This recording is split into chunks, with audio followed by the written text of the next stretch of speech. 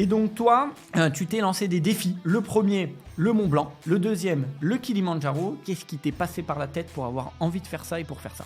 Le Mont Blanc, je pense que tout le monde connaît. Et je me suis toujours dit, un jour, j'irai là-haut. Et je l'ai fait sur un coup de tête. Au niveau de cette ascension, qu'est-ce que t'en as ressorti? Est-ce que t'as eu des galères? Une semaine avant, le guide n'était plus mon guide. Ça a changé de guide. Donc c'était un guide que je ne connaissais pas. Mon petit allait tomber. Pour le rattraper, je me suis fait une entorse, une double entorse. Je pouvais plus poser le pied au sol. Et je me suis dit, quoi qu'il arrive, maintenant, j'y vais. Et après, l'avantage que j'avais, c'est juste que j'étais derrière le guide. Donc il fallait juste serrer les dents et suivre le guide. Quand t'étais en haut, qu'est-ce que ça t'a fait? T'as pleuré peut-être? Je te cache pas que, vu les conditions dans lesquelles je l'ai monté, j'avais pas le temps de pleurer. Mais le guide m'a fait stresser en descente parce qu'il s'est perdu. Et donc, quand le guide, qui est son métier, se perd, là tu te dis, ok. Là. On voit rien, on voit plus nos traces de pas du coup, parce qu'il faut savoir qu'il y a une espèce de vent qui passe constamment et qui en fait efface tes traces. Et t'es dans une partie du Mont Blanc qui, t'as pas le droit à l'erreur quoi. Et donc là, on peut faire encore un lien avec l'entrepreneuriat, c'est que si le patron est hyper stressé, ses équipes vont pas être rassurées. Si le patron est là dans l'accompagnement vraiment, dans la maîtrise, etc. avec ses salariés, eux,